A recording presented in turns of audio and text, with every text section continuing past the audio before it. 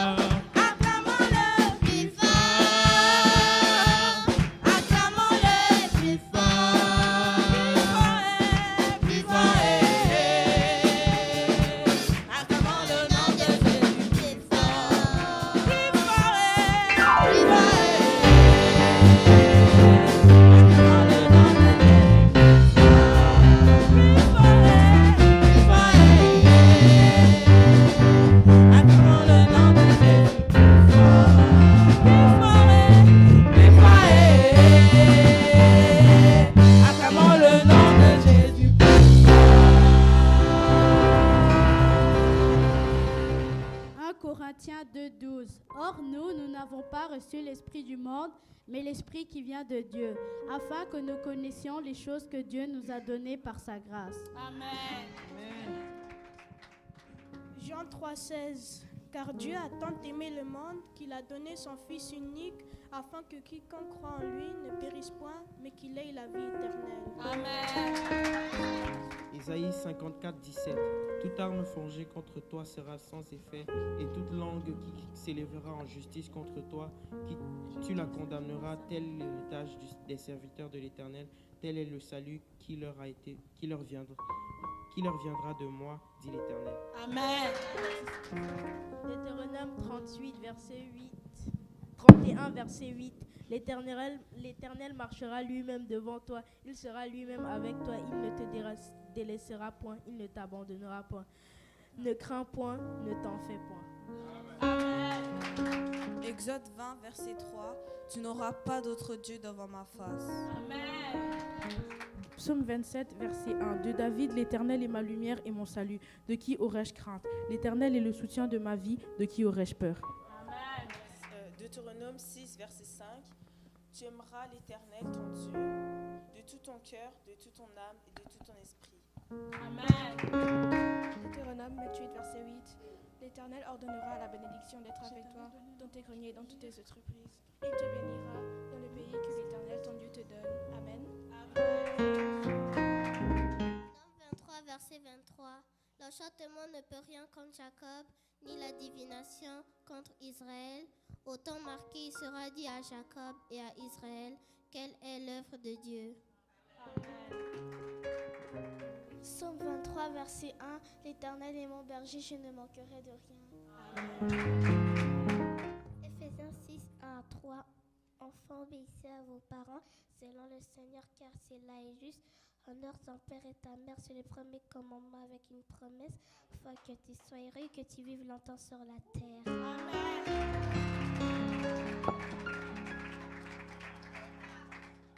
Je vais laisser la place à mon pasteur de l'Écodim. Il s'appelle Franck Emmanuel. Éternel notre Dieu, nous bénissons cet enfant. Je le bénis dans le nom puissant de Jésus. Que tout ce qu'il a préparé, même au-delà de ce que lui-même a préparé, laisse que sa bouche ce matin soit exercée, afin que les choses qu'il va parler soient celles dont nous avons besoin ce matin. Nos cœurs ont besoin, dans un monde aussi bouleversé, Seigneur, laisse que les paroles qui sortiront de sa bouche soient les paroles qui viennent de toi et que nous soyons touchés. Que cette parole soit comme une sémence plantée dans nos cœurs ce matin pour que ça puisse germer et produire beaucoup de fruits. Dans le nom de Jésus, nous avons prié. Que le Seigneur te bénisse. Amen. Bonjour, peuple de Dieu. Je remercie le Seigneur pour la grâce qu'il m'accorde de me tenir devant vous. Aujourd'hui, je vais essayer de répondre à une question que la plupart des enfants ici se sont déjà posées. Et même vous, quand vous étiez petit, vous vous êtes sûrement posé cette question.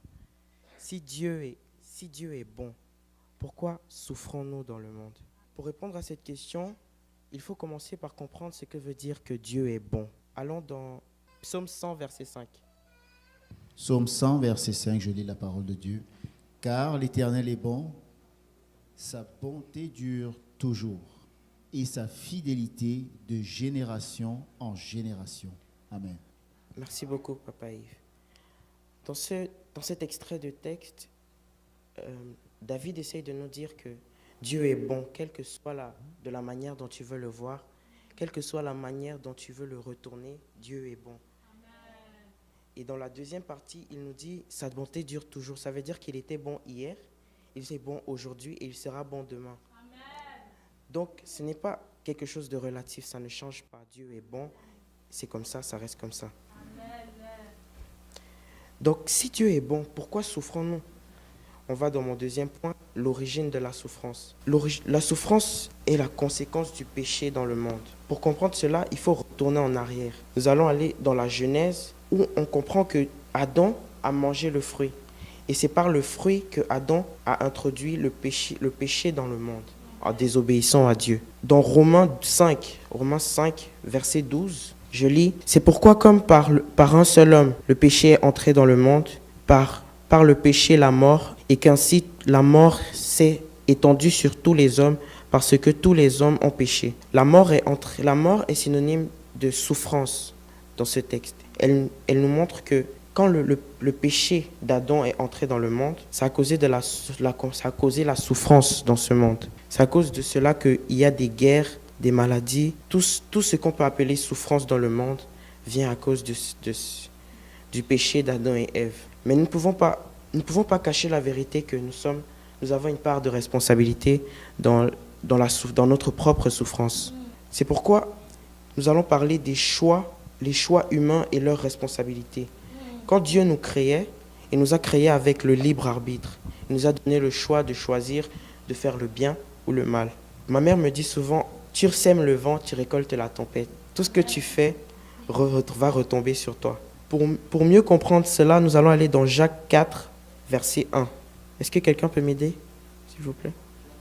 D'où viennent les luttes et d'où viennent les querelles parmi vous? N'est-ce pas de vos passions qui combattent dans vos membres? Dans cet extrait, on comprend que nous jouons une part dans notre souffrance. Les guerres, les famines, c'est toujours à cause de la cupidité de l'homme. Parce qu'à chaque fois, on se précipite pour dire que le diable, c'est lui qui nous fait du mal, c'est lui qui nous fait souffrir. Mais ce n'est pas toujours de sa faute. Nous jouons une part dans notre propre souffrance. C'est par exemple un homme qui veut tout posséder et ne rien laisser aux autres. C'est à cause de la souffrance pour certains. Mais nous ne pouvons pas quand même parler de souffrance sans parler du plus grand méchant. C'est pourquoi nous allons aller dans Job, où on nous dit, où Dieu décrit Job en disant qu'il est un homme droit et intègre. Je lis. L'Éternel dit à Satan, « As-tu remarqué mon serviteur Job? Il n'y a personne comme lui sur la terre.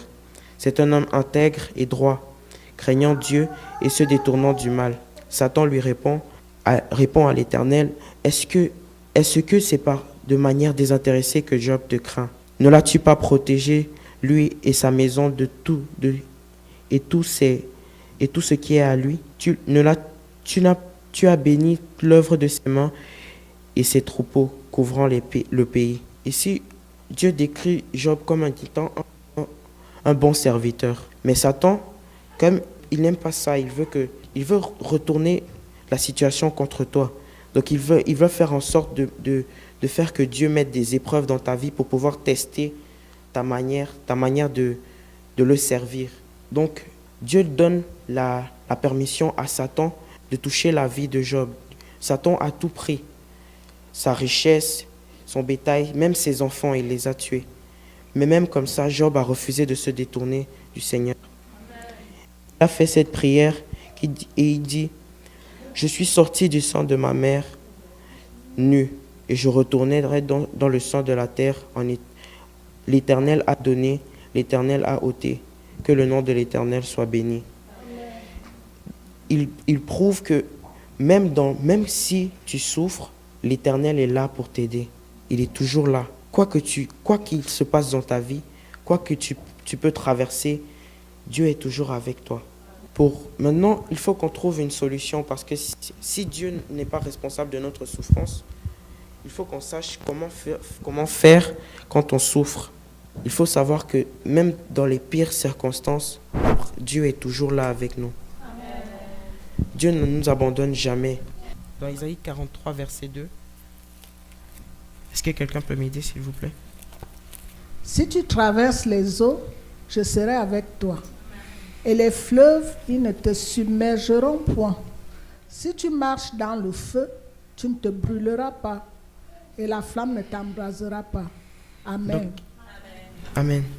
Ici, la Bible nous dit que quelle que soit la circonstance que tu vis, quel que soit le problème que tu as dans ta vie, Dieu est là. Amen. Que tu sois au milieu d'un lac, que tu sois en train de brûler, où que tu sois, Dieu est avec toi. Et il est Emmanuel, Dieu est avec nous. Ça veut dire que quelle que soit la situation que tu vis dans ta vie, tu as des problèmes de couple, des problèmes avec ta famille, tu as une maladie que tu penses que tu ne vas jamais t'en sortir, Dieu est avec toi. C'est ce que la Bible nous dit au psaume 23, 4. Me rassure. où que tu sois, même dans les ténèbres, Dieu est avec toi. Même dans la pire de toutes les souffrances, Dieu est avec toi. Merci, c'est tout. Amen. Alléluia.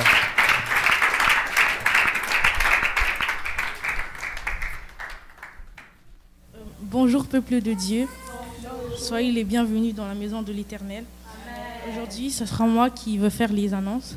Prière matinale sur Zoom du lundi au vendredi de 5h30 à 6h15. Prière d'intercession en présentiel tous les mercredis de 19h à 20h. Études bibliques en présentiel tous les jeudis de 19h à 20h. Le culte dominical est célébré tous les dimanches de 10h30 à 12h15. Vous pouvez nous suivre sur Facebook, YouTube, Instagram et sur YouTube le site web de l'église Abri des âmes. Nous allons offrir à Dieu. La Bible dit dans 2 Corinthiens 9, verset 7, que chacun donne comme il a résolu en son cœur, sans tristesse ni contrainte, car Dieu aime celui qui donne avec joie. Vous pouvez donner en argent comptant ou vous pouvez également faire l'interact avec les coordonnées qui s'affichent sur l'écran. Nous inviterons le pasteur pour prier pour les offrandes. Soyez bénis au nom de Jésus. Amen.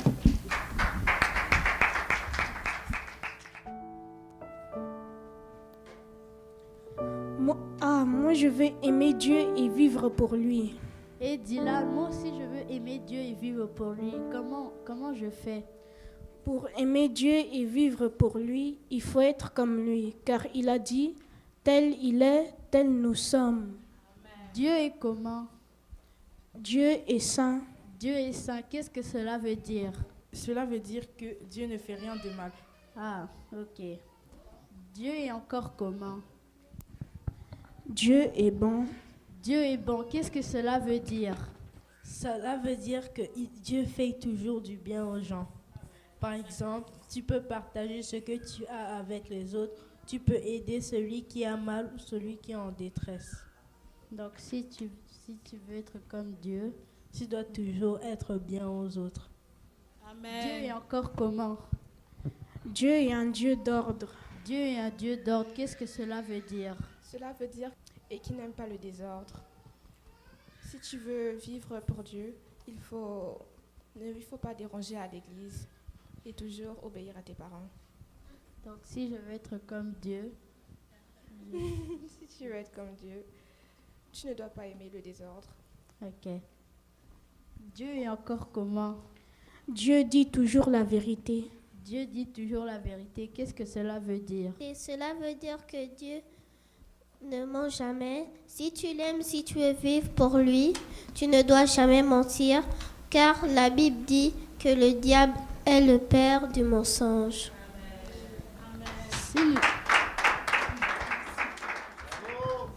Donc si nous avons fait tout ce que Dieu n'aime pas, est-ce que nous pourrons toujours être ses amis? Oui. Dieu pardonne tout ce que nous faisons, même si nous demandons pardon et nous sommes sincères quand nous le faisons. Merci Seigneur de nous avoir accordé la grâce de nous lever ce matin. Merci pour la grâce que tu nous accordes de nous tenir devant toi aujourd'hui. Seigneur, nous avons compris ce que tu voulais dire d'être comme toi. Seigneur, accorde-nous la grâce de pouvoir suivre tes conseils et de devenir comme toi, Seigneur. Accorde-nous d'être bons, de dire la vérité et d'être propres comme toi, Seigneur. Aide-nous, Seigneur, au nom de Jésus. Amen. Amen.